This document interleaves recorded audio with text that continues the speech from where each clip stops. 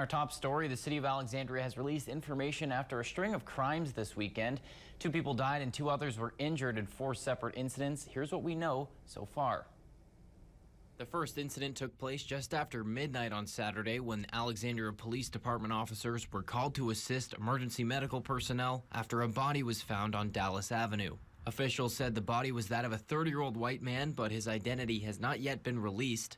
No foul play was suspected in the death, but an autopsy has been ordered.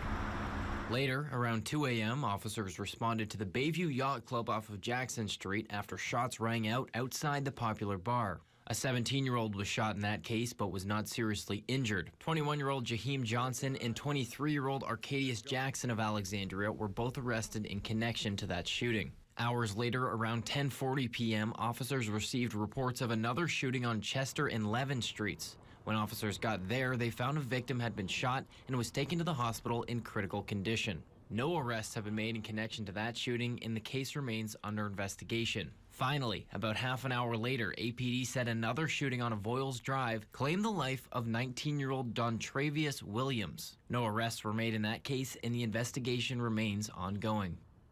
We received this information from APD earlier this evening after we made numerous attempts over the weekend to reach the police department and get information as these crimes were unfolding.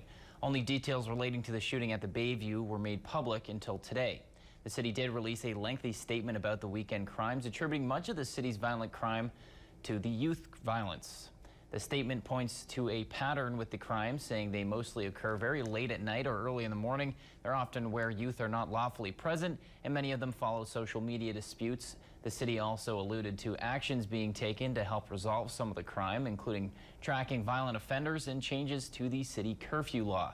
For the full statement, you can head to our website at kalb.com. We're continuing to follow the latest on these crimes, and we'll update you when we know more.